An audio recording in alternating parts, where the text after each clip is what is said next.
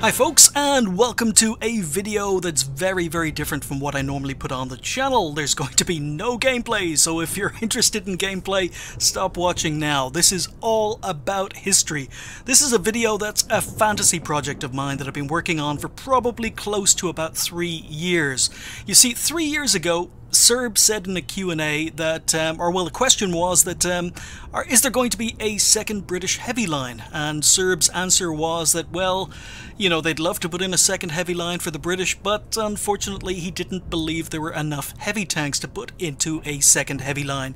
So, you know, that got me thinking. It put the germ or a seed of an idea into my head, and I went about my business, and occasionally, I mentioned it before, that basically every time I do research I come across tanks that basically either prototypes or designs, or maybe even tanks that were constructed but they aren't in the game, and I've got a list. Let me bring it up here. Yeah, there we go. This is the list. I showed it to you briefly on another video where I was talking about light tanks probably about 4 or 5 months ago now. But yeah, every time I come across a tank that basically isn't in the game and I thought was quite interesting, I'll basically throw it up here, put it into a list of tanks, and tanks that maybe I'll talk about. You can see it's quite an extensive list. Some of these tanks, actually, I need to update this list. Some of these tanks have been added into the game, but a lot of them still haven't been added into the game. And these are all potential tanks. For nations that we have in game and some nations that we don't have in game that could be added into the game, and these are all tanks that I'm probably hoping to talk about sometime in the future. And with every tank that gets added to that list, I wonder if there are enough tanks to make up a new line. Now, Serb said he didn't believe there were enough heavy tanks to make up a new British line, and I'm going to agree with him. I'm going to agree with Serb. There aren't enough British heavy tanks to make a new heavy line. But then a couple of things changed. First of all, you know, well, not first of all, but most recently, the Super Conqueror was added into the game at Tier 10, replacing the FV215B, which has now gone to a reward tank. Thankfully, had that tank ages ago, but there we go. There's my new reward tank, which is one of my favorite tanks in the game. And there's the Super Conqueror, which you can see no data yet. I haven't got around to playing. So that basically gave us a new Tier 10 heavy, because if the Super Conqueror goes into the current line, there's no space for the FV215B, and I was thinking, it's a shame that this couldn't have been added in as the Tier 10 on a new British heavy line. And I'm wondering, were there other tanks? Because, you know, this has happened in the past. Because long before the Super Conqueror was introduced, there was talk about replacing the 215B with the Chieftain Mark VI. I mean, it was in game, it was in Super Test as long ago as 2015, and it's a beautiful tank. And what is more impressive here is that the Chieftain Mark VI is considered a main battle tank, but Wargaming decided it was a heavy. Now, while I agree that basically, yeah, with Serb's comments that there probably aren't enough British heavy tanks to make up a new British heavy line, if Wargaming are going to classify the Chieftain Mark VI or a main battle tank as a heavy tank, then all of a sudden there is potential for new British heavy lines where we take main battle tanks and we classify them as heavies. But the Chieftain, it's a beautiful looking tank, and it's looking for a home. It's still looking for the home. It was supposed to replace the 215B before the Super Conqueror did. It's been in the game for ages. The Chinese server has the Chieftain Mark VI as a regular tank in game. They've had it for a couple of years, but we're still waiting for it. Now, in Super Test, it was hideously overpowered. The DPM is crazy. The mobility was quite good. The armor is pretty good too. So the gun handling was pretty much what made it maybe a little bit overpowered. The turret armor is incredibly good on it as well. So it's a very good hull down tank with a very good gun, very good DPM. At least that's the way it was in Super Test. So it's looking for a home, and Wargaming have classified it in game as a heavy tank. It's considered a Tier 10 heavy tank. Now, all of a sudden, that brought me back to my project, because, as I say, if there are main battle tanks now being classified as heavy tanks by Wargaming, then there may be a possibility of another British heavy line. And on top of that, another thing that they've done is Wargaming have announced that they're probably going to be moving away from the whole SPG, TD, medium tank, light tank, heavy tank thing, and they're basically going to be reclassifying tanks as support tanks or assault tanks because, you know, it's ruining the gameplay. It kills me. It really, really annoys me, as you probably know from previous videos if you've been watching a long time. It kills me when I see TDs camping redline when they're in TDs that technically aren't TDs, or TDs that could be played as heavies. You know, where you've got your top tier TDs have better armor than anyone else in your team, but yet because they're TDs, you know, the players find the red line and they find the nearest bush to the red line, and they're going to sit there for the entire game regardless of whether or not their TD has a turret, regardless of whether or not they have more armor than anyone else on the team, regardless of whether or not they've got a big gun. So, you know, tanks like the T28 prototype, that's a heavy tank, it's not a TD. Tanks like the T30, that's a heavy tank, it's not a TD. Tanks like the AT15 can be played as a heavy tank, not a TD. It can do the TD job, or any tank can do the TD job, but there are a lot of tanks in game that would be better off being played as heavies, but you see players playing them as TDs. So I think Wargaming are planning to move away from the whole TD classification and consider tanks whether or not, if they're well armored, they'll consider them assault tanks. If they're not well armored, they might consider them support tanks. And you know, the Chieftain Mark VI is a main battle tank, tier 10 heavy. It kind of fits into the assault tank line, and if we're including tanks that are assault tanks, then it definitely gives us a lot of material we could use to make up some new British heavy lines. And yes, you've heard me say British heavy lines, plural, because this is what I've come up with.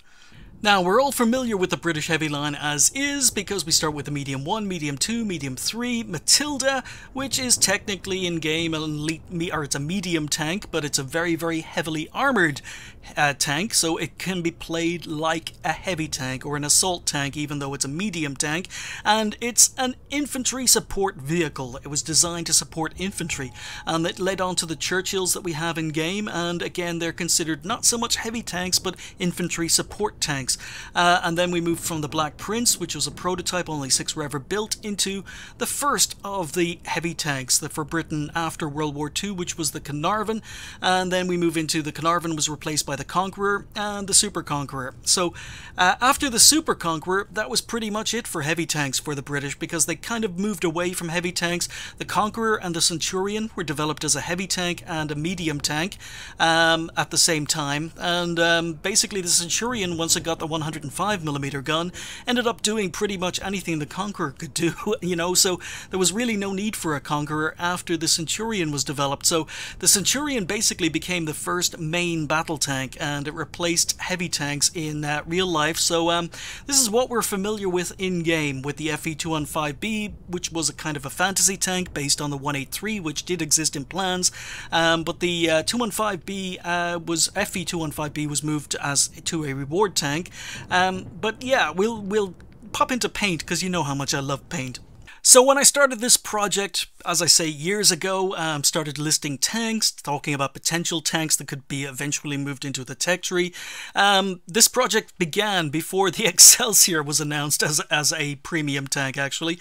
I had the Excelsior on my list at one stage, but the Excelsior would have been made a perfect tier 5 on an alternative line. In fact, the Excelsior, the FE201, both would have been down here as in the regular line if they weren't premium tanks. And then, of course, we've got the Tug 2. So we've got a tier 5, tier 6 and tier 7 premium tanks in on the tech tree already, but what I'm proposing, or what I tried to do, was make up a new heavy line from tier 2, because there aren't any heavy tanks at tier 1, but from tier 2 all the way up to tier 10.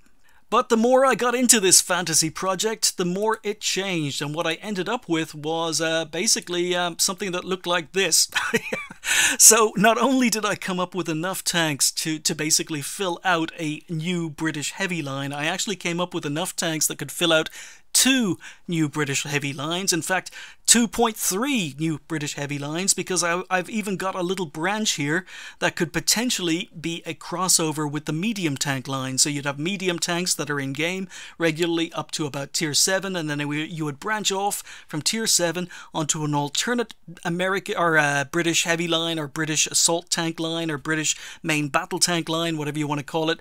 We've got 3 tanks here, and then again these would cross over. So you would have a lot of potential tanks. But what are these tanks? Well, you know, that's what the whole video is about. So I've broken these down into Commonwealth and British because, you know, I don't know, it just seemed to work out that way. A lot of the tanks I was researching, a lot of tanks I was talking about putting into the tech tree, they kind of fell into a Commonwealth line and they kind of fell into a British line, the ones made in Britain and the ones made by the British Commonwealth. So let's start off with the Commonwealth. So kicking us off on Tier 2 on the new British Commonwealth heavy line, we've got the Schofield, which was a tank from New Zealand, developed in 1940 by E.J. Schofield. It was based on the Chevrolet truck and it used the tracks and suspension from the Universal Carrier. It had a crew of 3, it had 10mm of armour and was armed with a 2-pounder. So basically a 2-pounder is equivalent to about a 40mm gun. And it could get up to about 43 kilometers an hour on tracks. It could also use its wheels. You can see the wheels on the side of the tank here, but it could also use its wheels on the road and could get up to 72 kilometers per hour on the road. Now, initially, the prototype performed incredibly badly, so the entire tank was redesigned and it was actually sent to Britain for testing in 1943. Now, even though it did quite well in the tests in 1943, it was felt to be underpowered for the time. I mean, it was 1943. This thing only had 10mm of armour and it only had a 40-pounder gun in 1943. So even though the trials were okay, it was felt to be underpowered for the time. And, you know, New Zealand didn't need to build their own tanks anymore because basically they were now receiving tanks from the US. So the project was cancelled, but the Schofield would make a pretty good Tier 2. It'd be quite nippy, but it has absolutely no armour, and the gun pretty much suits the Tier 2. So that would be my pick for the Tier 2 Commonwealth tank. Now for Tier 2, on the British side of the new British lines, or the fantasy lines, I came up with this one. This is one I've been meaning to talk about for a long time. This is the A7 Medium. This is a prototype tank designed by Vickers. There were 3 versions of it, 3 prototypes that were developed between 1929 and 1931. The first 2 prototypes used an Armstrong Siddeley engine, while the 3rd prototype used 2 bus engines mounted side by side. But essentially all 3 tanks were very, very similar apart from the engines, but all 3 tanks were similar, but they were also all unreliable. They were prone to breakdowns. The engines just couldn't support the tank, so they never made it to production. However, it was the test bed. These are the tanks that the Cruiser was developed from, the Matilda was developed from, the Valentine was developed from. They were all developed from this project, the A7 Medium, and it was actually, this hull was used as the test bed for the Matilda. So this is probably the successor to the Matilda, although there were many lines of tanks developed from it. Now this had a crew of 5. It had a top speed of 40 kilometers an hour. It was armed with either a 2-pounder or a 3-pounder, so it had a 40mm or a 47mm gun, and it had 14mm of armour. Now, testing of the tank ceased in 1937, partly because the tank was unreliable, as I mentioned, and partly because basically the British reduced their military spending due to a global financial crisis. But only 3 were made, and it's a tank that we don't have in game, so I think this would be a very, very good Tier 2 for the British if we were going to have a new British-made heavy line.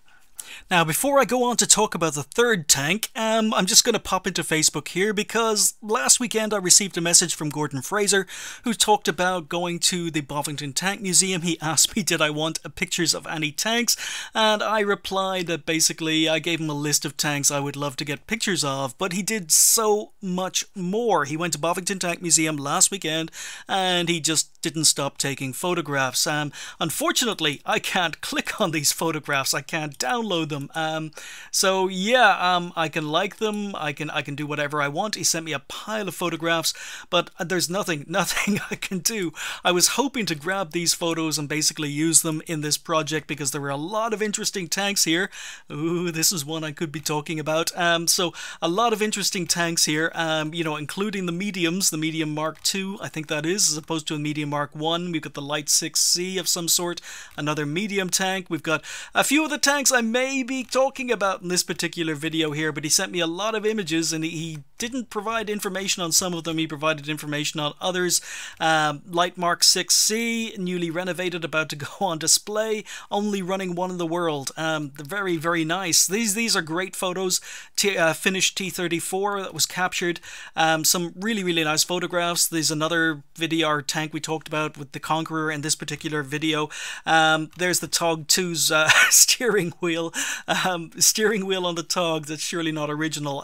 Yeah, I have no idea. I've never been to Bovington, but we've got the Ferdinand that's currently on loan to the Tech Museum, currently on display there. And then we've got the Conservation Department, which has a lot of the tanks I'm going to be talking about in this particular video. A lot of the tanks I'm going to be mentioning happen to be in the Conservation Centre at Bovington. But he sent me a lot of very, very nice images, very, very nice tanks, and I can't use very many of them, but this is one we're going to be talking about. I'm not going to tell you about what this tank is, but this is a tank we're going to be talking about. This is one of the tanks I really, really wanted Gordon Fraser to take pictures of, but I can't expand these. I can't make them bigger. I can't download them, and I want to apologize for that. So I was hoping to use some of these images, but I'm going to have to use others, which takes me on to the very next tank, because we're not quite moving on to Tier 3 yet. This is the Vickers 6-ton Mark E. You may have seen those the tank in those images or those photos sent by Gordon Fraser. Once again, thank you, Gordon, for sending those to me. It's just a shame I can't download them or blow them up or make them look bigger. But the 6-ton Mark E, this is a private project, or it was a private project by Vickers. It was one of their most successful early projects, but it wasn't commissioned by the British government. It was bought, or it was designed and built by Vickers for themselves. It was for export. Now, it was successful. It was primarily, as I say, designed for export, but it was successful, and it formed the basis of a lot of other tanks, such as the T-26 for the Soviets, and it also formed it was the basis for the 7TP for the Polish. Now, the Type A had two machine guns turrets side by side, but the other versions had a single turret that could be armed with a variety of guns, you know, depending on what nation was using it. So the tank had a crew of 3. It had 25mm of armour, and it could reach 35 kilometers an hour. It could be armed, or it was armed, with 37mm, 40mm, 45mm, and 47mm, depending on which country was using it. When World War II broke out, the British acquired 4 tanks, just 4 of them, that had been built for Thailand. Thailand had put in an order for 4 tanks for export. But with World War II breaking out, Britain stepped in and acquired the 4 Thai tanks, and they used them for training purposes, and they were the only ones that Britain used. But about 175 of these tanks were built in total, and they were used by nations across the world. And this is a tank that already exists in-game as the Chinese Tier 2 Vickers Mark E Type B, because China imported them. It's also the T-26 for the Soviets, because the Soviets imported it, but it's actually a British tank. Now this, with its speed and its armour, would be a perfect Tier 2 for basically a new British heavy line. Now, it could be the regular heavy tank in-game, or it could be a premium tank. You know, there's flexibility, but there are 3 candidates for Tier 2 on this list, and the Vickers 6-ton Mark E is the third of them. Now, of course, there is some flexibility, because the Vickers 6-ton Mark E could easily be a Tier 3 as opposed to a Tier 2, but just for the sake of keeping things nice and balanced, I put it in as a Tier 2. It also has flexibility in that it could replace the A7 medium, with the A7 medium moving to a gift or premium tank or reward tank status. But, you know, it's here. We've got 3 potential Tier 2s. That's basically what I'm saying. So we've got the Schofield for the Commonwealth, we've got the A7 medium for the British, and the Vickers 6-ton Mark E as a potential premium tank or reward tank at Tier 2. Moving on to Tier 3, we've got this. This is the Australian Light Tank Experimental 1941. So this is obviously on the Commonwealth line. It's an Australian tank, and as the name suggests, it was an Australian light tank that was a prototype built in 1941.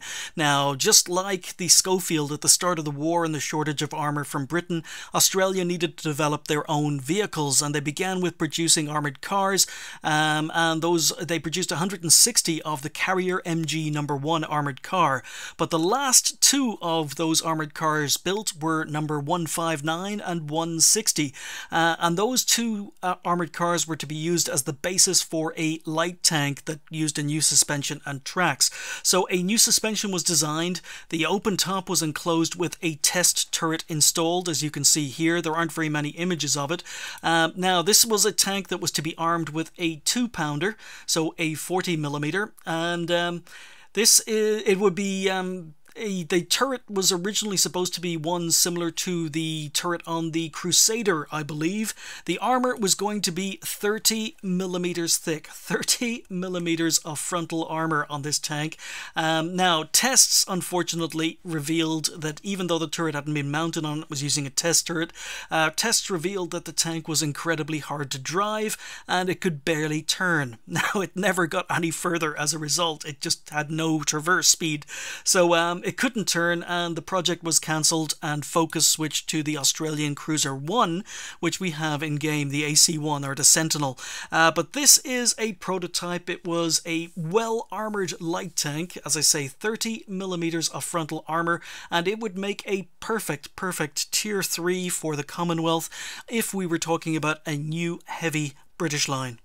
And on the British side of things for Tier 3, we've got this. This is the Vickers Independent. It's one of the tanks that I asked Gordon to try and take photos of. He managed to get me a few photos, but I can't use them.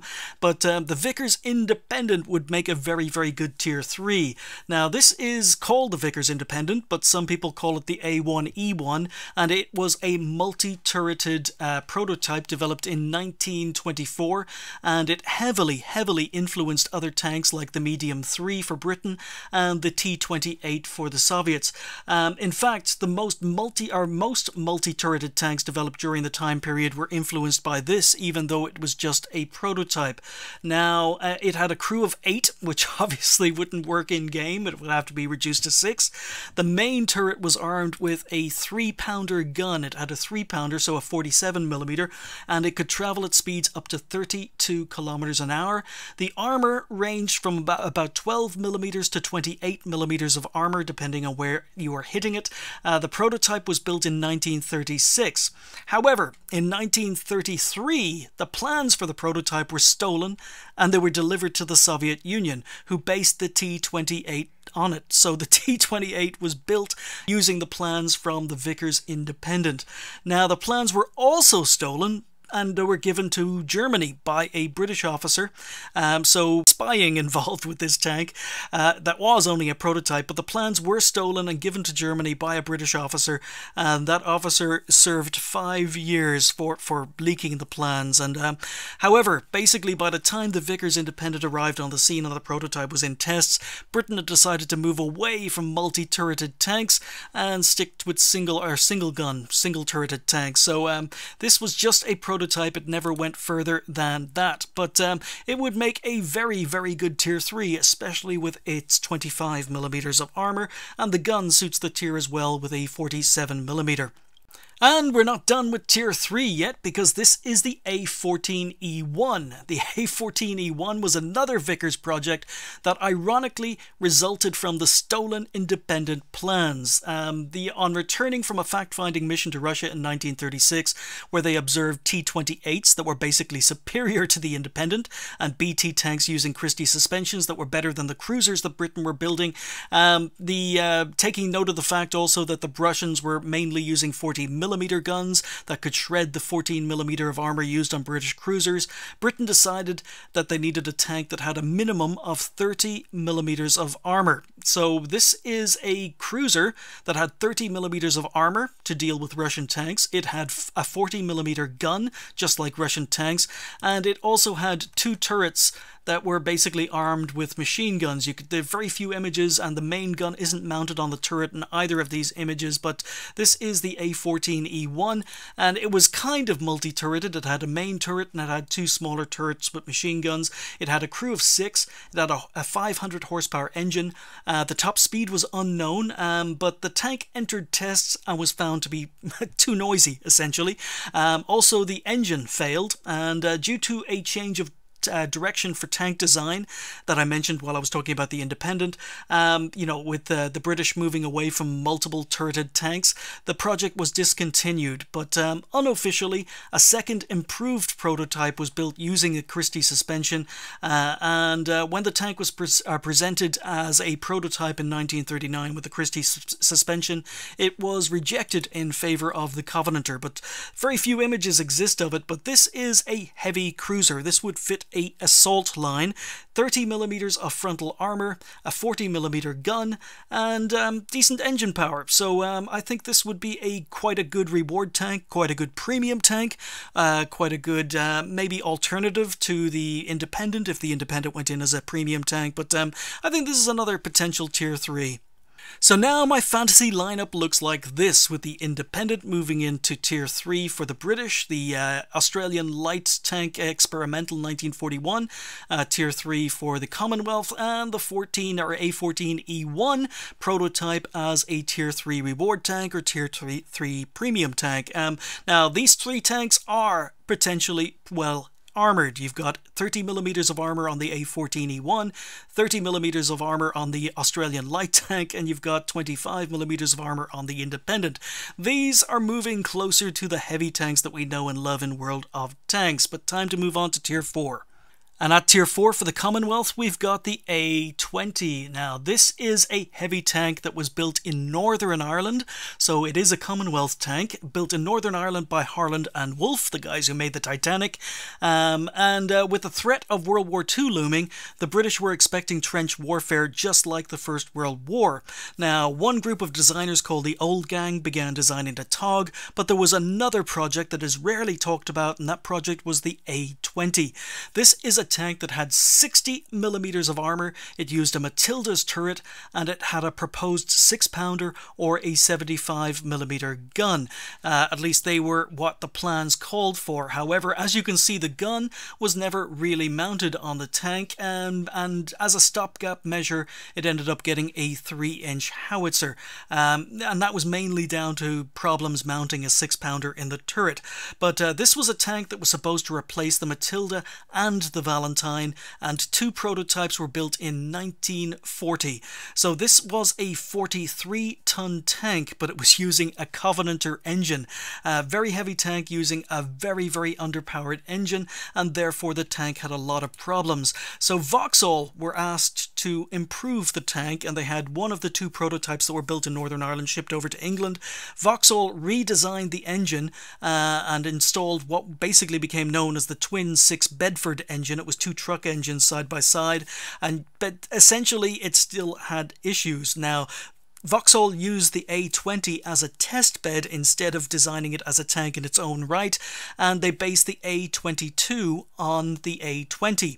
Now, for those of you familiar with British tank naming conventions, the A22 is the name of the Churchill. So this is the Churchill prototype. The A20, even though technically it's a different tank from the A22, the A20 is the Churchill prototype. The Churchill was based on what Vauxhall learned from this tank. So this is a prototype, just two were built in Northern Ireland, and I think it would make a very, very good Tier 4 with a choice of guns, either a howitzer, 3-inch howitzer, 75mm gun, or a 6-pounder.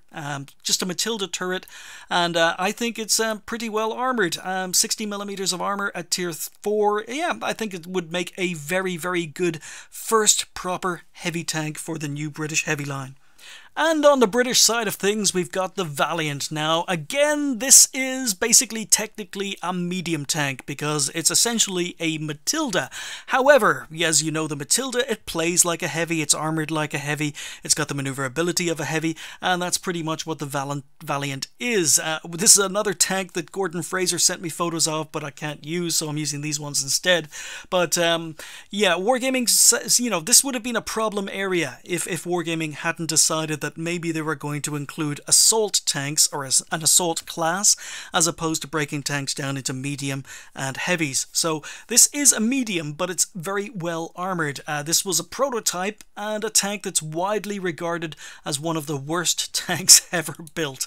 This is regarded as one of the worst tanks ever built, but this was a heavily armoured classified light tank. Heavily armoured but light tank, designed for use in the Far East. Now it weighed 27 tons, which kind of makes it a light tank, but it had 114 millimeters of frontal armour. That's incredible armour, 114 millimeters of frontal armour. Okay, granted, most of it is flat, but 114 millimeters of frontal armour definitely makes this a heavy. It has a crew of 4, it used a 6-pounder gun, and it has a top speed of just 11 kilometers an hour. So, once again, infantry support, incredibly slow, but well-armoured, decent gun. It's essentially a Matilda.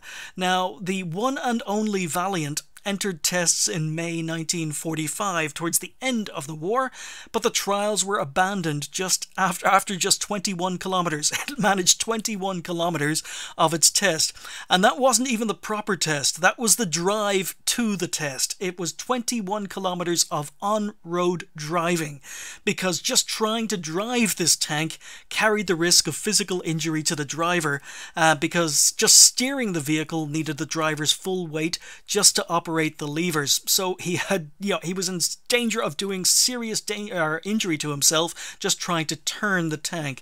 Now, there were also major concerns regarding the ground clearance of the tank, which was only 9 inches, which would cause a heck of a lot of problems off-road, and the suspension was suspected to be defective. The gun mantlet was considered a weak point. Anything that shot the gun mantlet was internal, and it was considered a serious weak point from shots to the front of the turret, and the entire project was cancelled pretty much, almost as soon as it began with the trials. So this is a terrible tank, but thankfully, we don't have to worry about drivers hurting themselves trying to drive this tank when we have a computer game. It's World of Tanks, so we can include the Valiant in here. It exists, it still exists in Bovington Tank Museum today, even though it's widely regarded, as I say, as the worst tank ever built. But it's heavily armoured, it's slow, it plays pretty much like a Matilda. It's got the same gun as the Matilda, or very similar, 6-pounder. So I think this would make a very, very good alternative tier 4. Just like the Matilda is on the medium line, we've got our leading to the heavies. This could be on the British heavy line, the alternative, and leading to more heavies. So we've got the Valiant in a tier 4. But we're not done with tier 4, because let's talk premium tanks, starting with the Tug One. Okay, so the Tug One basically is the cousin to the A20 that we are also including or talking about. So the Tug One, the baby brother to the Tug 2 that we have in game at tier 6, I'm putting this in as a potential tier 4. Now, this is going to be a very, very hard tank to get into the game completely, because its main armament wasn't its turret. Its main armament was this, a 75mm howitzer in the hull. So the turret is kind of the secondary gun, but with the latest patch, or with the latest Halloween games, it showed us that basically Wargaming can implement multiple turrets if they wanted to, and this tank does have 2 guns. So this is the return of the Tug, but this time it's the Tug One prototype. Now, this, as I say, was developed alongside the A20 with trench warfare in mind, and this tank is problematic due to the fact that the 75mm main gun is embedded in the hull, and the turret and gun were from the Matilda, and it's only a 2-pounder, so it's a 40mm. So this tank would be very, very undergunned. It would be too OP at any other tier than tier 4, but it's undergunned for a tier 4. It's only got a 40mm. So the only way to possibly make the Tug One work as a premium tank for tier 4 would be to give it special matchmaking, a bit like the Panzer B2 or the DW2 or even the Valentine II. You know, it had 62 millimeters of armor, which fits it in as a heavy tank. It has a crew of 8, which again would have to be reduced to 6, and it had a top speed of 14 kilometers an hour. So this is the Tug One, or the Tug One prototype, yeah, they're the only images I could really get of it. But yeah, it's difficult. It would be difficult to add it into the game, but it's possible. It could make a tier 4 premium tank if maybe it was given an unhistorical gun in the turret. Maybe it could be a regular tier 4 premium, or if it was given the 2-pounder, then it would need special matchmaking. But it's another tank that we could add in game, or we could have in game if Wargaming got a little bit creative with it. And then we have this. This is, I don't know, I'm just showing you this for fun, really. I don't expect this to be in the game, but this is the AT1, and this is the only image that we know of that exists of this tank, and almost no information is known. This is the AT1, and it was an experimental amphibious tank designed for the D-Day landings. It was so large it was considered impractical, but basically it's a giant boat with what looks like a cruiser on top of some sort. Anyway, I couldn't find anything else about the tank, but it's technically big enough to be considered a heavy. It would probably be heavy enough to be considered a heavy, and it would be an interesting curiosity for tank collectors if it went in as a tier 4 premium. But Wargaming would need to do a heck of a lot of research. They probably have access to a lot of information I don't. But the AT1, this is, as I say, the only image I could find of it. It could be a potential, you know, heavy tank. Yeah, I don't know, but I'm just throwing it in because it's ridiculous. It's big, it's heavy, and it's ridiculous, and it's interesting. It's interesting at the same time. But I don't know. Maybe Wargaming could do something and make it a premium or a reward tank or a gift tank or something. I don't know. But anyway, AT1, and we are done with tier 4. So on my new proposed fantasy heavy tank line for the Brits, we've got the Valiant in for the British at tier 4. We've got the A20 in for the Commonwealth at tier 4. We've got its cousin, the Tug One, in as a potential premium tank that would be very hard to implement into the game, but possible. And then we've got the ridiculous AT1 also as a possible tier 4, although I doubt this would ever happen. But as I say, I thought you'd like to know about the tank. But time to move on to tier 5.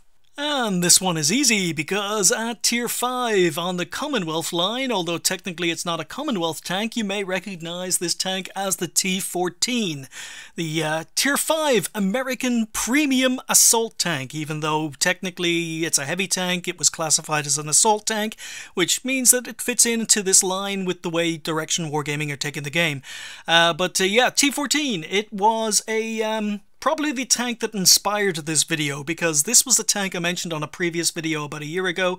The T14 already exists in game as the tier 5 American premium tank, as I've just said, but it was a joint development between Britain and the US to replace the Churchill. So it was built in the US. Now that makes it, you know, maybe a US tank as the premium, and it makes it a British tank, and maybe should go on the British side of things. But, you know, once upon a time America were, you know, West Brits, just like the Irish were. So, you know, they were colonials, let's just say that. So this is a tank that wasn't built in Britain, and that's why I put it in this line. But basically, it was a joint development between Britain and the US to replace the Churchill. It was based on the M4 Sherman. 2 prototypes were built, one for the Americans armed with a 75mm that we have in game, and one for the British armed with a 6-pounder. Now, with 133mm of frontal armour, 28 kilometers an hour top speed, and a crew of 5, it would slot in at the tier 5 spot easily, either in the Commonwealth line or as a premium. So that one, this one's pretty easy. You know all about the T14. So yeah, I mean, there's not much else I can say here. And once again, I got some photos from Gordon and I can't use them. So yeah, T14, tier 5. And on the British side of this new fantasy heavy tank line, we've got an assault tank, just like the T14. This is a tank that you should already be familiar with, because just like the Tier 4 being the Valiant, this is the Valiant Mark II. Now, there are no images of the original tank, but the Valiant Mark II was designed around the same time as the Valiant. And it was designed a year before the Valiant was actually cancelled. But the heavy Valiant, or the Valiant Mark II, would have been an an Excelsior hull, and the Excelsior hull, you know, would have been up-armoured. So Excelsior hull, Valentine turret, it would have had amazing frontal armour of 228mm of armour on the front of the hull, 254mm of frontal turret armour, so incredibly well armoured, especially considering we're talking about this being a tier 5. Maybe that's far too much armour for a tier 5 Irish. You can't put this at tier 5, but you know, being an Excelsior hull, it had absolutely no side armour, and the front of the Valiant turret was a weak spot, as I've already mentioned, because the gun mantlet was mounted internally. So it may have amazing frontal armour, but only in places. There's a huge weak spot in the front of the turret, and the side and rear have absolutely no armour. So I think that would cancel it out, but it's an assault tank just like the T14 as opposed to a medium or a light tank. So the heavy Valiant would have had no side armour and a weak spot in the turret, front of the turret. The whole front of the turret would have been pretty much a weak spot, but it weighed 42 tons compared to the Valiant's 27 tons. So all that extra armour took it up to 42 tons. The engine power was doubled, so it would have better power to weight ratio than the Valiant, and it used a 95mm howitzer. At least that was the plan. Now, it would have been a derp gun. The commander, unfortunately, just like the Valiant, doubled as a loader, so it had a crew of 4 but no loader, and little else is known about the crew, but the one and only prototype that was built began trials in January 1945, and no other information is available. So I would assume that the war ended, meaning the need for the tank actually did as well. But no information on whether or not it passed its trials or how it actually performed. But one prototype was built. One prototype did enter trials in 1945. But Excelsior hull, Valiant turret, and that's the Valiant Mark II, and I think that would fit in at tier 5 nicely. Now, while the Excelsior already exists as a tier 5 premium for the British heavies, there's room for another couple of tanks. Yes, I've got 2 potential tanks for a tier 5 premium heavy. This is the Churchill NA75. Now, while fighting in North Africa in 1943, Captain Percy H. Morrill was charged with recovering and salvaging damaged tanks, and that meant Churchills and it meant Shermans. But while he was, salvaging damaged or destroyed tanks, he noticed that many of the M4 Shermans that he was collecting still had their guns and gun mantlets in perfect working order. So basically he went into the workshop and he took the gun and the gun mantlet from an M4 Sherman, and he cut the front of the Churchill turret. It would have been a Churchill III or Churchill IV, but he removed the front of the turret along with the gun and the gun mantlet, usually a 6-pounder, and he basically mounted the 75mm from the M4 Shermans in its place. Now, because the 75mm was loaded from the left, I believe, and British guns were loaded from the right, that's where the position of the loader was in the turret, the gun actually had to be mounted in the tank upside down to suit the Churchill crew layout. But in total, there were over 200 of these Churchill NA75s built in North Africa. Mainly the Mark IVs received the 75 guns and were designated Churchill NA75s. Now, the NA75s performed extremely well, and they actually remained in service after Africa, going on to be used in Italy, and remained in service until the end of the war. So with a 75mm gun and a crew of 5, 20 to 125mm of armour, and a top speed of 25 kilometers an hour, I think it would fit in well at either tier 5, either as a premium or actually as the tier 5 British tank in the tech tree. So Churchill 75NA, 200 of them built, and it's not a prototype. These things existed and saw combat. So now this is what the fantasy tech tree would look like, at least up to tier 5. So we'll already have the Excelsior as a premium tank, we've got the Churchill NA75 in as a premium tank, and we've put in, or I've decided to put in, the Churchill III, because this is a premium tank. It already exists in game.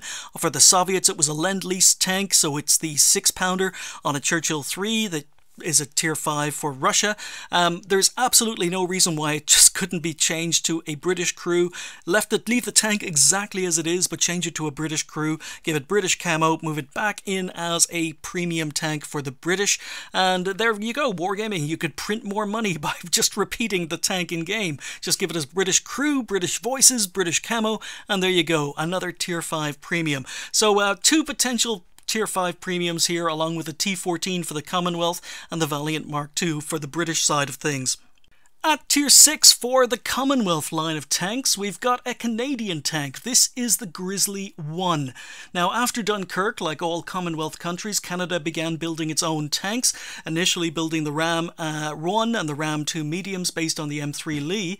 In August 1943, the Allies agreed to standardise the M4, and the Canadians began building the Grizzly.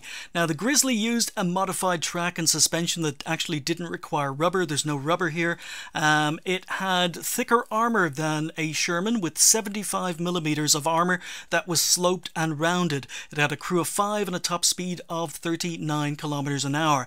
Now, 188 of the Grizzlies were built before it became apparent that US production of the Sherman was enough to equip Canadian forces, and the Grizzly became the basis for the Sexton II artillery.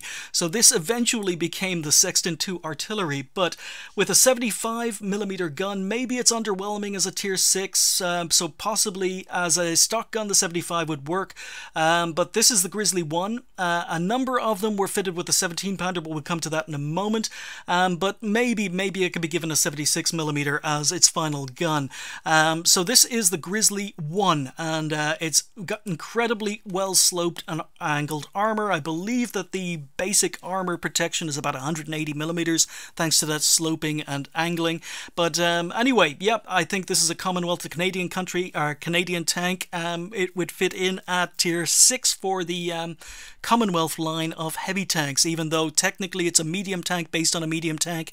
It's far heavier, it's got far more armour, it would be much more like a Sherman Jumbo than it would be a Sherman. So there you go, that's my suggestion for Tier 6 on the Commonwealth. Now at Tier 6 for the British lines, we've got the Super Excelsior. Yes, in addition to the Excelsior, which is a Tier 5 premium, there were plans for a Super Excelsior. It existed in plans, no prototype was built, but this was an Excelsior that was longer and wider than the one we have in game. It was to use the 17-pounder as opposed to the 6-pounder. It weighed 52 tons, so it was very, very heavy, but it still could reach 40 kilometers an hour. So 52-ton tank that could travel at 40 kilometers an hour. The frontal armor was increased from the Excelsior we knew in game to 152mm compared to the Excelsior's 114mm, so much better armored frontally, and it was designed to use either a Cromwell or a Comet turret. Now, as such, it only existed in plans. No prototype was built, but I think this would make a very, very good Tier 6. Now, that's pretty much it for the Super Excelsior. It was basically longer, wider, and had much more frontal armor with a Cromwell turret and a 17-pounder. But I think this would make a pretty good Tier 6, as I say, and that's pretty much it, because as for Tier 6 premiums, we've already got the Tug 2. So the tech tree now looks like this, with the Grizzly 1 moving into Tier 6 for the Commonwealth line and the Super Excelsior at Tier 6 for the British line. And with the Tug 2, as I say, that already exists at a Tier 6 premium, there's no other tank I could find that maybe slot in here, or could slot in here as a Tier 6 premium. But I think it's time to move on to Tier 7. And we'll start off with a spoiler, because I'm going to be putting this in just here so you can see it. The Grizzly 2, this is my proposition for the Commonwealth Tier 7.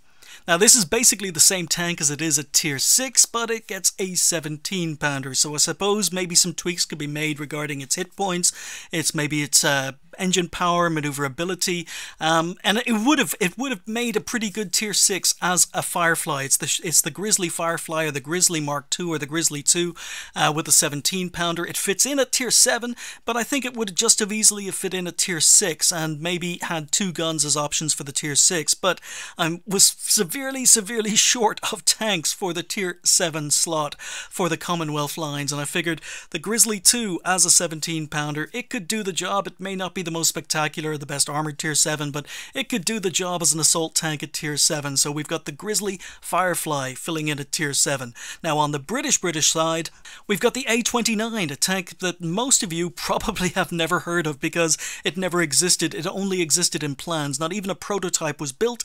A prototype was half built. It was mainly built, but it was cancelled before the prototype could be finished. So most of what we have about the A29 only exists in plans, but this is the A29. It was a tank called Clan, and it basically was named after the quarry where basically the tank was built. But during World War II, with the Cromwell proving to be a successful design, but maybe undergunned, alternatives to the Cromwell were being explored with the development of the Comet, or tanks using 17-pounders. Now, two projects were begun side by side, both based on the Cromwell. We had the A29 Clan, and we had the A30 Challenger. Now, we know what the Challenger is in-game, but the Clan was to be built by Rolls-Royce, and the Birmingham Carriage and Wagon Company would develop the Challenger. Now, the Challenger tried to maintain the Cromwell's speed and mobility, but had low armour, but still be able to use the 17-pounder. Rolls-Royce decided to take it in a completely different direction with the A29.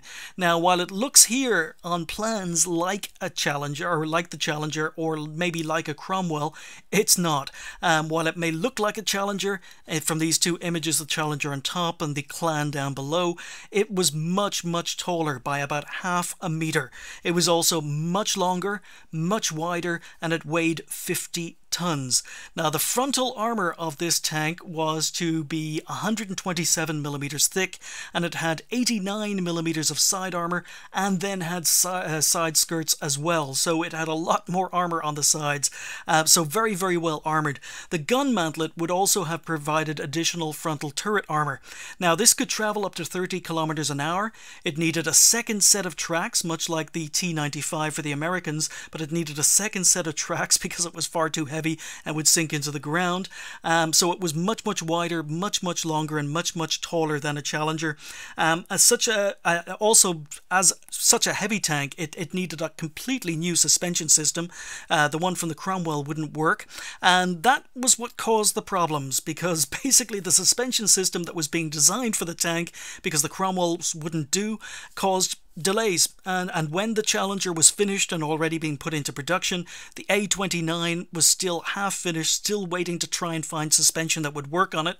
The Challenger was finished, was already in production, could already do the job in Europe that the Clan was also designed to do. So while the Clan was still in development, it was cancelled, and that's pretty much it. But it's a very, very interesting tank. As you could see here, maybe it's a little bit elongated, but it's very, very wide, very, very long, very, very high, very well frontal, very well good frontal armor, very, very good side armor with side skirts, and two sets of tracks. Armed with a 17-pounder, this would make a very, very good tier 7, even though it only existed in blueprints. But we got plenty of tanks in the game that only existed in blueprints. So now our tech tree is filled out to tier 7. We've got the A29 Clan for the British, the Grizzly II for the Commonwealth. We got the FV201 as a premium tank at tier 7 that already exists in game, and then we've got a tank. I've just thrown it in here just to test the water. It's a tank called the Chariot, because while I was doing research trying to find British heavy tanks, I came across just one mention. In fact, I only found 2 mentions on the internet entirely of this tank. And they weren't official tank websites.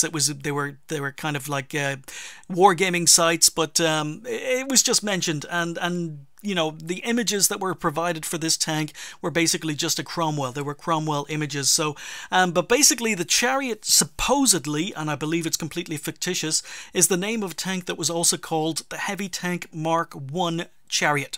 So a heavy tank Mark I Chariot, and apparently it was a heavy Cromwell project, began in 1942 by Leyland and English Electric. Apparently it had 114 to 120 millimeters of frontal armour, a 17-pounder gun, a brand new suspension, and was bigger and heavier than the Cromwell. It supposedly, and again I'm doing air quotes here, entered production in 1944 with just 50 being built, and it could get up to a speed of 39 kilometers an hour. Now, the problem is that this information is just from one source only. In fact, well, there were 2 sources, but the second source quotes the first source. So, and I can't find out any other information on this tank whatsoever. Even Leyland, who lists almost every tank they've ever been involved in, doesn't mention the Chariot at all. So I believe it's completely fictitious, even though the name makes sense, the dates make sense, and the specs make sense. I can't find out any information about it, so I believe it's fictitious. And the main reason I think it's fictitious suspicious is the other little bit of information I haven't mentioned till now is the fact that apparently it was also called the A25, which is nice. It's British tank naming conventions during World War II, so that fits in. But the problem is the A25 is also the Harry Hopkins light tank, and there's very, very little chance that this tank would have been called the A25, which makes me believe it's completely fictitious. However, having said that, with the information that was provided, that it had 120mm of frontal armour, a 17-pounder, was basically a bigger and heavier Cromwell, I think this could make a fictitious Tier 7 premium tank, and we've got plenty of fictitious tanks in-game. You know, we've already got the FE201, which isn't fictitious, but we may already have a Tier 7 heavy. Why do we need another one? That's a very good question, but if Wargaming were interested in trying out another tank, I mean, even the name is as I say, quite British. So the Chariot could possibly, even though it's a fictitious tank, I believe, fit in here at Tier 7. If any of you guys have any information regarding a tank called the Chariot that was basically a, as I say, the other name for it was the Heavy Cromwell 1942 or Project 1942 or Heavy Tank Mark I Chariot.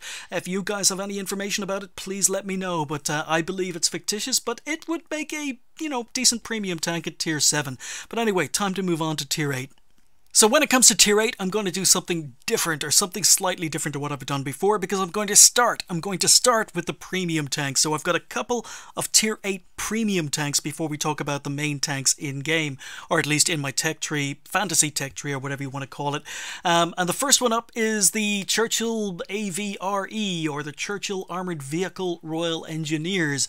Now, this is a tank that came with a 290mm derp gun. It's a mortar. Now, I'm not proposing this as a Tier 8 premium because I don't think it would make a very good Tier 8 premium.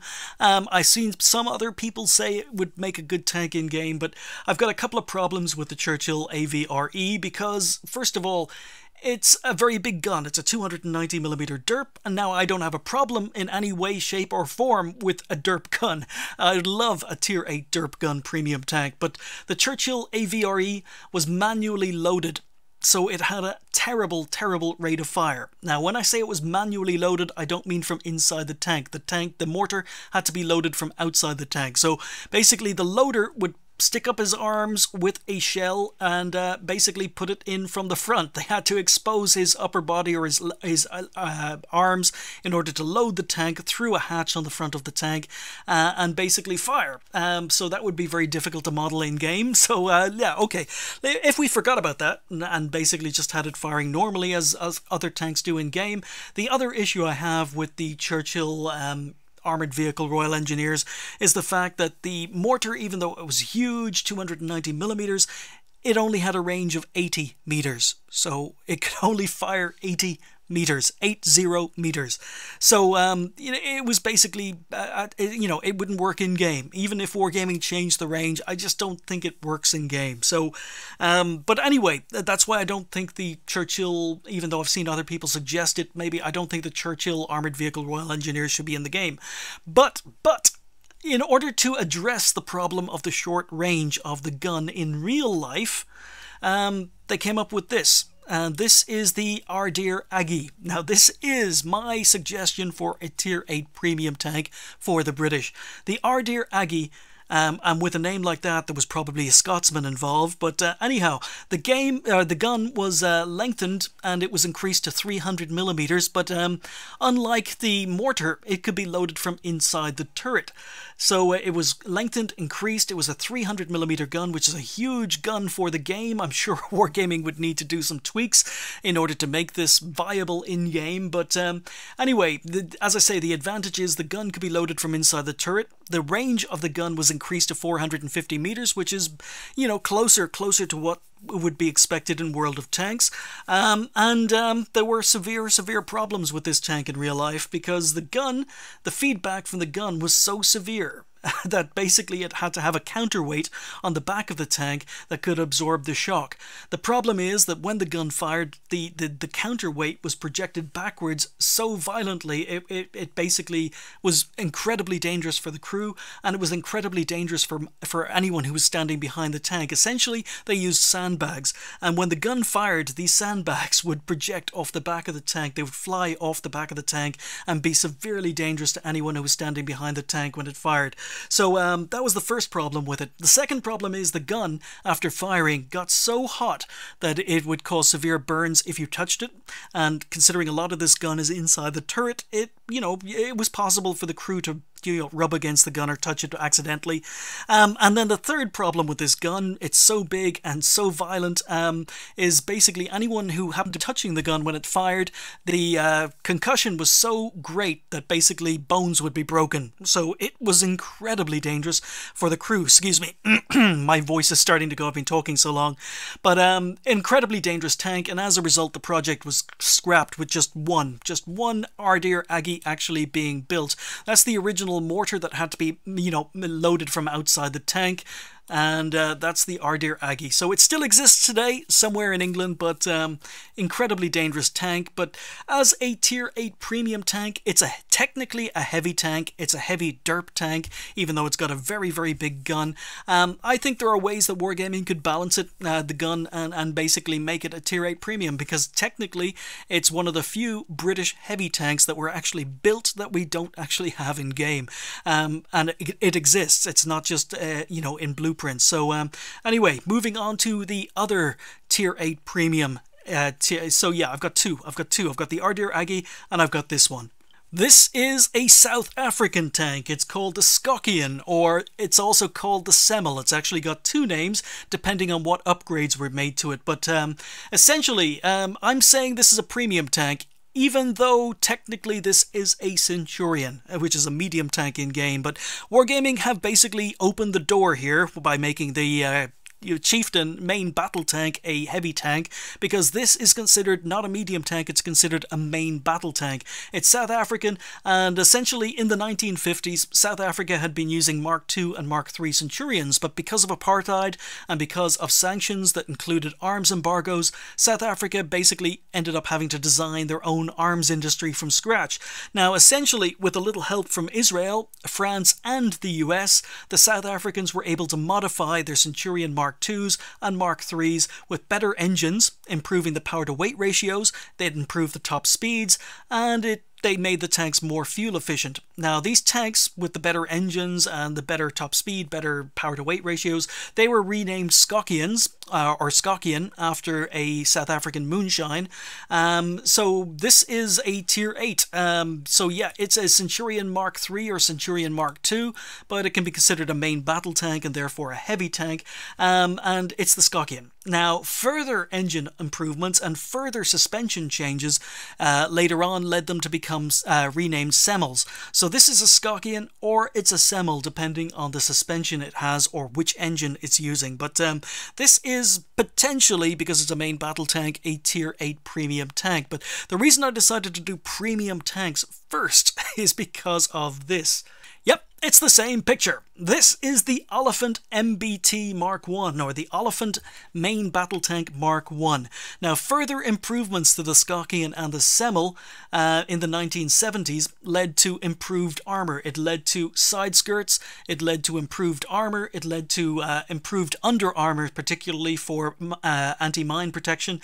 There was a new fire control system added, faster turret traverse than the Centurion, and the tank, as I say, was renamed the Oliphant Mark I, or the Oliphant Main Battle Tank Mark I.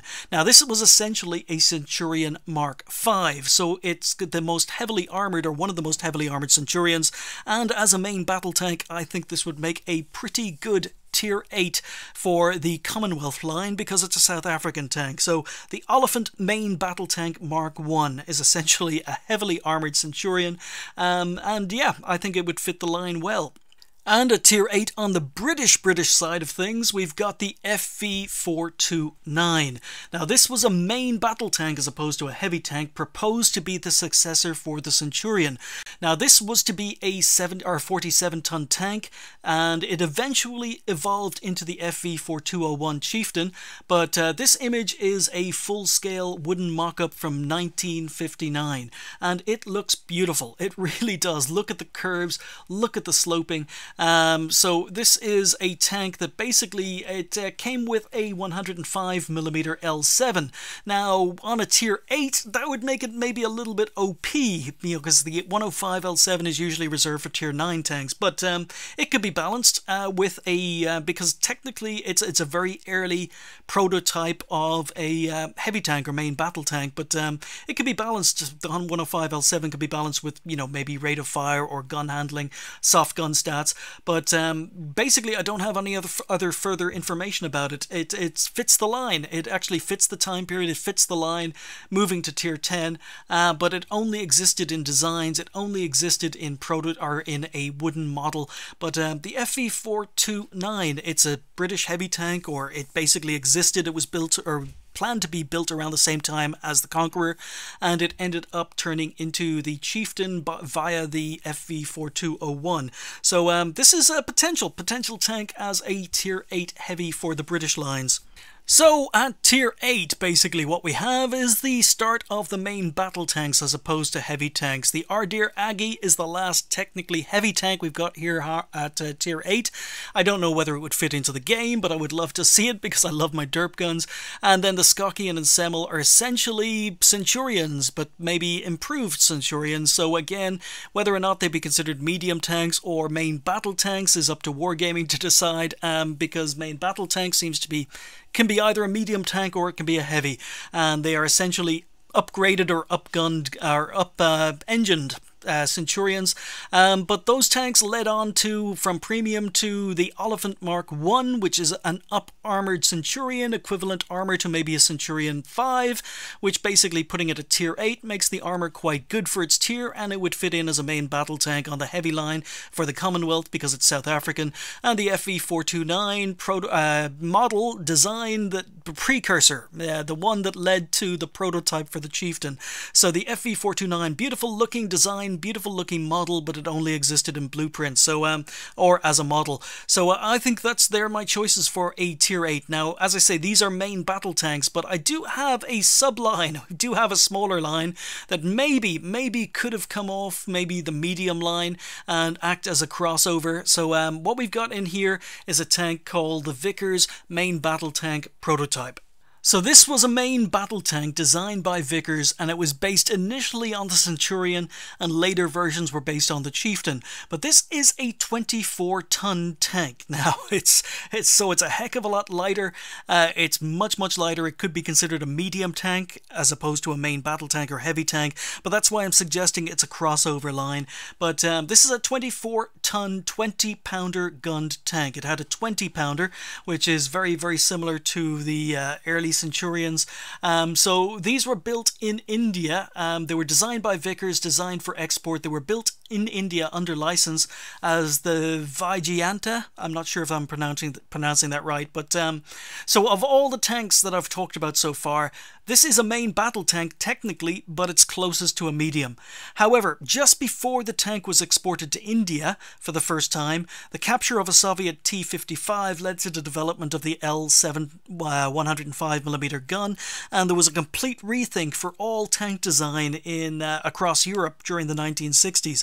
So in-game, this would be a lighter, more mobile, poorly armoured Centurion, as in basically, or not poorly gunned. It's got the 20-pounder as opposed to the 105mm, but it's essentially a Centurion Mark I with the 20-pounder. And yeah, I think as a crossover between the medium lines and the heavy lines, this would work. It's technically a main battle tank. It's slightly faster, slightly more maneuverable than a Centurion, but with a 20-pounder, I think this would work at tier 8. Now at tier 9, I now have 3 tanks I need to talk about, but no more premiums, and the first one up is the same as the previous tank, the Vickers Mark I prototype, or the main battle tank Mark I prototype. So the prototype was designed in England. It was armed with the 20-pounder, but with the capture of the Soviet T-55 I mentioned, and the development of the L7 105mm gun for use by NATO forces, the Vickers Mark, our main battle tank, went back to the drawing board before it could be shipped to India.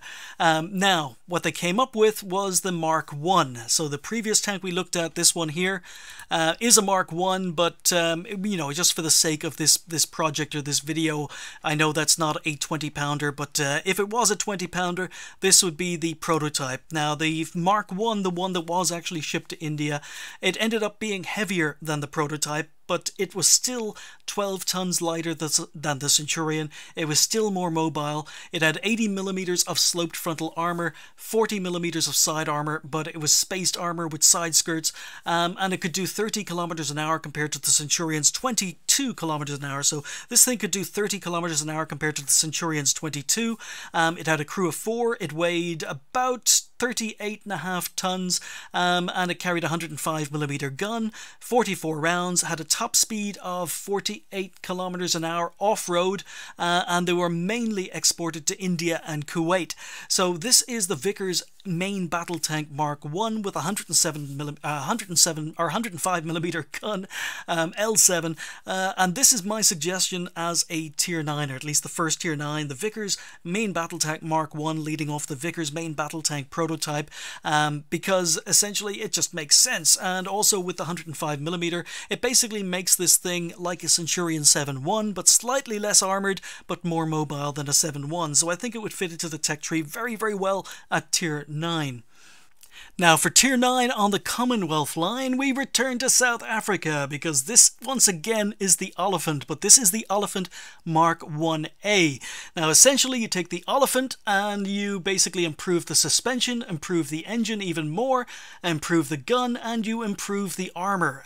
Basically this is a much, much better tank all round than the Mark I was. So it was upgunned to a 105mm L7, and this led to the Oliphant Mark 1A. So this is a better armored, better gunned, more maneuverable tier 8 than, or the tank that it is a tier 8. This would be similar to the Centurion 7.1 in game, with better acceleration and traverse, slightly better armor, and basically a new turret. There was a new turret design for this tank as well. So this is the L7. This is the Oliphant Mark 1A. So good looking tank, and it would perform, as I say, slightly better than a Centurion 7.1 with slightly better armor. But a new turret led to the Oliphant Mark 1B. So this is a turret that basically was redesigned and had spaced armor added to the front of it. So the gun mantlet is actually further back. All of this is spaced armor on front. So give it a new turret. That would be an upgraded turret, and it becomes the Oliphant Mark 1B. So by putting this tank in game at tier 9 for the Commonwealth side of things, and the two turrets, you basically get two tanks. You get the Oliphant Mark 1A and the Oliphant Mark 1B, with a difference of the turret. So I think this would make a pretty nice tier 9 for, at least on the Commonwealth side of things. Now at tier 9 on the British line of heavies, we've got another main battle tank, the FV4201, and yes, I know that that's the Chieftain, but it's not this Chieftain. We've got many Chieftains, there are many marks of Chieftains, and this is the prototype, or at least an image closest to the prototype I could find, because this is the Mark I, which was a design that began in 1958, and the first prototype was built in 1959. So essentially this is one of the earliest what would eventually become the Chieftain. Now, the Chieftain originated from a British Leyland design of a new tank that was requested as early as 1950, when the War Office were looking for a replacement for the Centurion. So design, as I say, began in 1958, the first prototype in 59. There were 6 other prototypes, and other, there was a pre-production series of 40 tanks that were built between 1961 and 1963. There were multiple prototypes. It wasn't until 1963 that it was officially designated the Chieftain, and the one they finally settled on was the Mark V. So the Chieftain Mark V main battle tank resulted after 6 different versions of Chieftain were tested from 1958 onwards. So this is the Mark I, long before the Mark V or the Mark VI. So this is the Mark I. It's one of the earliest images I could find of the prototype. There is another prototype from 1962 1952 picture of it, but I believe this one's earlier. So yeah, this is my proposal for the tank at Tier 9. Now, as I say, it basically the first pre-production 40 pre-production Chieftains, various marks, they were all underpowered. The engines were incredibly unreliable, and essentially all 40 of the earlier pre-production Chieftains were mainly used for training duties. They were never used for the troops themselves, simply just for training.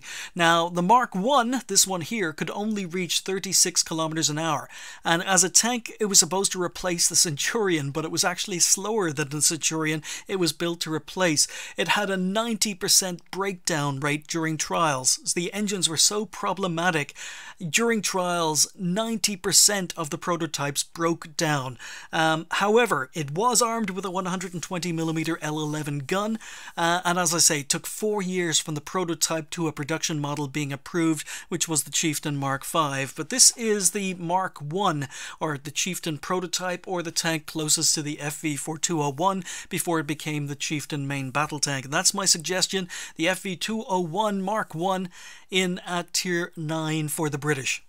Now, next up, I've got a little surprise for you guys, because this is another Tier 9 main battle tank, and this one only exists in plans, it only exists in designs, but it is such an interesting tank I thought I would throw it in. And even though there aren't any Tier 9 premiums, there is possibility of, you know, possibly including a tank like this as a Tier 9 reward tank, or a Tier 9 campaign tank. If ever a new campaign starts, I mean, we got the T55 in for Tier 9 on the campaign. This is another potential campaign tank. This is an experimental, as you can see here, an experimental British cleft turret design from the 1950s. The loader fed rounds into a transfer mechanism. The rounds were automatically rammed forward after the gun approached the center line of the hull. So essentially it's like a pump action shotgun. Once it fired, it had to turn its turret to the side so that it would turn back, and the gun would have to cross its center line, and it would automatically reload once it crossed the center line.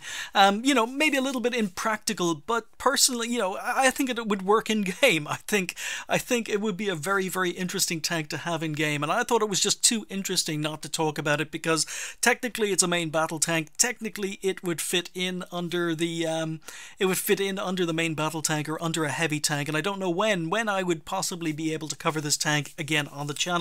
But this is the FVRDE 48 ton.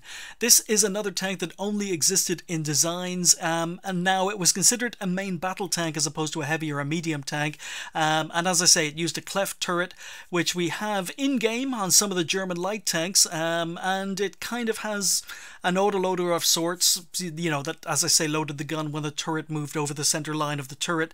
It used the same 105mm gun that was used on the T54E1, the Tier 9 regular autoloader medium tank in game for the Americans. So it used the same 105mm gun as that tank, but it just had that unique loading system, and as I say, it only existed in plans, but it's unique. It would be interesting to see in game, and I did manage to dig these up, so it would be interesting to see in game as a main battle tank or a medium tank. So this is how basically a artist called Sniper EXE from DeviantArt, I found these on DeviantArt, so I might include a link to his work, because he does a lot of designs. He takes a tank design and then he basically models it. So this is essentially what the tank would look like if it wasn't from the blueprints. So you've got the blueprints here. He took those blueprints, he turned them into a tank. So this is the FVRDE 48 ton, and even though there are no premium tanks, I think this would make a really, really nice, really, really unique Tier 9 reward tank, or Tier 8 or Tier 9 Clan Wars reward tank maybe, for the British. And as a main battle tank, it could be classified as a medium, or as a heavy, or simply as an assault tank. So there we go. Let's move on to Tier 10. We're almost done. Woo! So rounding off Tier 9, we're almost done. We've got the FV4201 Mark I, so the earliest version of the Chieftain in Tier 9. It's a logical, you know, the FV4201 was basically basically designed from the FV429. So it's logical possession or progression. We've got the Oliphant Mark 1A that follows on from the Oliphant Mark I. Again, another logical progression. And then we've got the Vickers Main Battle Tank Mark I, which is a logical progression from the Vickers Main Battle Tank prototype. And then just special, actually, I should have filled that in. You know, just a little special mention because I thought it was, no, don't want to do that. What am I doing? I'm messing everything up. I just thought it was a nice tank. It's a very unusual tank, especially because it's British, but I thought you guys would like to hear about the FVRDE 48 ton as well. So that's basically how Tier 9 shapes up. Let's move on to Tier 10. So this is the first of the Tier 10s, and this is the Vickers Main Battle Tank Mark III. So this would fall in logical progression from the Vickers Main Battle Tank prototype at Tier 8, to the Vickers Main Battle Tank Mark I at Tier 9, to the Vickers Main Battle Tank Mark III at Tier 10. This is a tank that was designed in 1975. To basically meet the same requirements as the Mark I while offering better performance in pretty much every area. So there were improvements over the Mark I at Tier 9 with a better engine. So it was faster, better power to weight ratio, faster, better top speed. It had better armor, so it's better armored than the Tier 9, and it had a better fire control system, so the gun handling would be a heck of a lot better on the tank. Now the tank is still armed with the 105mm L7, so the Mark III comes with the L7 compared to a lot of other tanks that may have 120mm guns at Tier 10, but that could be buffed maybe with a rate of fire. So basically this was a low-cost alternative to the more sophisticated and expensive tanks of the time period, tanks like the Chieftain. So this is basically a budget Chieftain, and as I say, it fits in perfectly with this subline of Vickers Main Battle Tanks, going from the prototype to the Mark I to the Mark III at Tier 10. So it works for me. And on the British side of things, at Tier 10, we've got the Chieftain Mark VI, which is a tank that was in-game. It was super tested way back in 2015. So this is technically a heavy tank. Wargaming decided to call it a heavy tank, and that's one of the reasons why I made this video, because if main battle tanks are considered heavy tanks, it, opens up a heck of a lot of options for the higher tiers if you're trying to create new British heavy lines. So the Chieftain Mark VI, it's been in the game since 2015, but it hasn't been released, and it's looking for a home. So where better to put it than at the end of the British line after the FV, what was it, the FV429 at Tier 8 that led to the FV4201 Mark I Chieftain, leads to the Chieftain Mark VI that already exists in game at Tier 10. I mean, perfect logical progression. It works, guys, believe me. This is my choice for the British line of heavies. And finally, at the end of the Commonwealth line, we've got this. What is this? Yeah, I had to make some allowances here because I could not find, for the life of me, a good Tier 10 for the Commonwealth line that was actually Commonwealth. I mean, I could have gone for the Oliphant Mark II, but unfortunately that has a lot of ablative armor, and armor that basically isn't in-game, and Wargaming said tanks with that sort of armor is never going to be in-game. So all of the Commonwealth countries ended up having tanks that would potentially be Tier 10 that followed on in real life from Centurions and Chieftains or whatever. They followed on with tanks that had armor that basically isn't going to be modeled in-game. So I had to come up with a tank that had standard armor, and I couldn't find one from a Commonwealth country. So in the end, I chose this. And what is this? Well, this is a Chieftain Mark I, believe it or not. This is a Chieftain prototype, so it's an FV4201, but it has a pike nose. It's modelled after the IS-3. So the FV201 or FV4201 Chieftain Mark I prototype, but with a pike nose armor profile. It had a 120mm gun, which fits a Tier 10. It existed as a wooden mock-up. Unfortunately, no prototype was built, only existed as a wooden mock-up and in designs. And again, you know, as I say, we have the problem of no high-tier heavies, but lots of main battle tanks. And again, this one is different, and I would just like to see it in game because it's different. It's unique. It's, you know, it's a lot different from what the other main battle tanks all seem to be carbon copies of each other. This one's a little bit unique. So even though the Chieftain Mark VI exists, technically it was a little bit overpowered. You know, an earlier version might work better, and an earlier version that's unique and better still, you know, it's got the pike nose. So this has 85mm to 120mm frontal armour with sloping effective to about 275mm to 388mm, so incredibly well armoured from the front. But the weak lower glacis exists, same problem as on the Russian tanks, but the lower glacis was only 76mm of armour. So this would be a tank in-game that would need to be played hull down. You need to keep the lower glacis hidden, but if you can do that, the frontal armour was amazing. It had a top speed of 40 kilometers an hour, at least on paper it did, and it had a rifled 120mm gun, which would fit into the game perfectly. So it sounds like a, you know, decent tier 10 to me.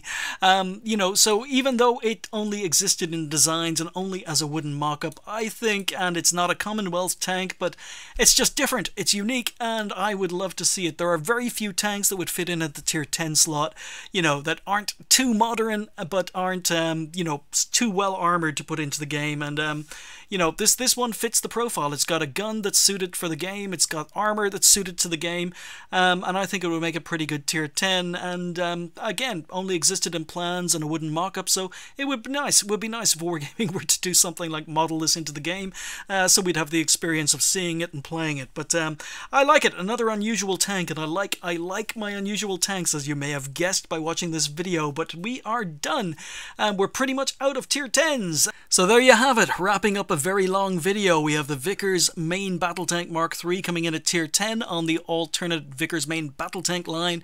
We've got the Chieftain Pike prototype because it's unusual and it's different, and I had a huge problem trying to find a Commonwealth tank to fit in at tier 10, so I compromised and basically we put in a prototype. And then we've got the Chieftain Mark VI in as the tier 10 because it's already in game and it was already going to be a tier 10 heavy, and I think fitting in at the end of the Chieftain prototypes at tier 8 and tier 9 would work. And there we came up with it. I've managed to do it. Not perfect, it's not perfect, it still needs a lot of work, but the problem I'm having is every time I go to do this video, every time I go to do this project, I end up basically just switching tanks around, finding new tanks, researching new tanks, trying to find something to fit into a slot that I was having trouble with. Ideally, I would like to have the Grizzly 2 in with the Grizzly as a tier 6, so you have a choice between the 75mm and the 17-pounder, and have a different tank at tier 7, but I just could not find anything that would fit in on the Commonwealth line at tier 7. Likewise, could not find anything appropriate that would fit in at tier 10 on the Commonwealth line, but I think 8 out of the 10 tanks is pretty good. And you know, as I say, if we split the Grizzly, then we get 9 out of the 10 tanks we needed for that line, so we did pretty well. And then the other line is all Brit tanks, all made in Britain, and some of them existed, some of them were only prototypes. A lot of prototypes in my list, but they have to be because I think Wargaming have actually done a pretty good job of including all the main heavy tanks. I mean, they haven't forgotten any, and they're already experimenting with prototypes, and even a couple of fantasy tanks with the FE215B. But anyway, there we go with tier 10. Vickers MBT Mark III, the Chieftain Pike prototype, and the Chieftain Mark VI. And therefore we can get rid of this, so there's no longer a question mark over where the Chieftain goes in-game. It's found a home at the end of a new heavy tank line, so there we go. And then we've always got the FE215B, so I suppose, again, you know, it's a little bit sad that this is a reward tank, and the players who don't already have this tank may never get their hands on it because it's essentially a tier 10 now for those who already had it, and it may never be released. But maybe they could release a version of this tank, maybe with different camo or a slightly different name, and they could slot it in here at one of the slots as well, and that way players who are new to the game might end up getting their hands on an FE215B as well. But there's lots of things Wargaming could do with British heavies. There are a lot of tanks that could potentially go into new lines. And I mean, even if Wargaming didn't follow this, maybe they could, you know, mingle or mix these two lines and basically move the, you know, combine these two lines and come up with just one single line out of all the tanks I've talked about today. That would be pretty cool too, because new content is always welcome content. And I think, you know, Serb was correct when he said a few years ago that there weren't enough British tanks or heavy tanks to make a new British heavy line. But with you know, a little bit of ingenuity, a little bit of research, and you know, if we take assault tanks and we include those as heavy tanks, and if we take main battle tanks and include those as heavy tanks, then all of a sudden I think we do have enough heavy tanks, or tanks that could potentially go into heavy lines, to make up not one but two new British heavy lines. So anyway, I said I'd finally make this. I still don't think it's ready. I still think there's more research to be done. I still think there could be tanks that are lurking out there that I haven't discovered yet, but every time I sit down to do this video I end up doing more research and not actually recording it, even though I sat down to record it. So it's done, it's dusted, it's finally done. It's a little bit different for the channel. If you're still with me, I want to thank you. It's been a long one and my voice is going, and sorry for no gameplay, but if you're still watching, you obviously still enjoyed it, and I'm glad you did. And if you didn't, give me a thumbs down and tell me why, and tell me, Irish, get your ass back to gameplay. We prefer that. Thank you guys for watching. I'll see you next time.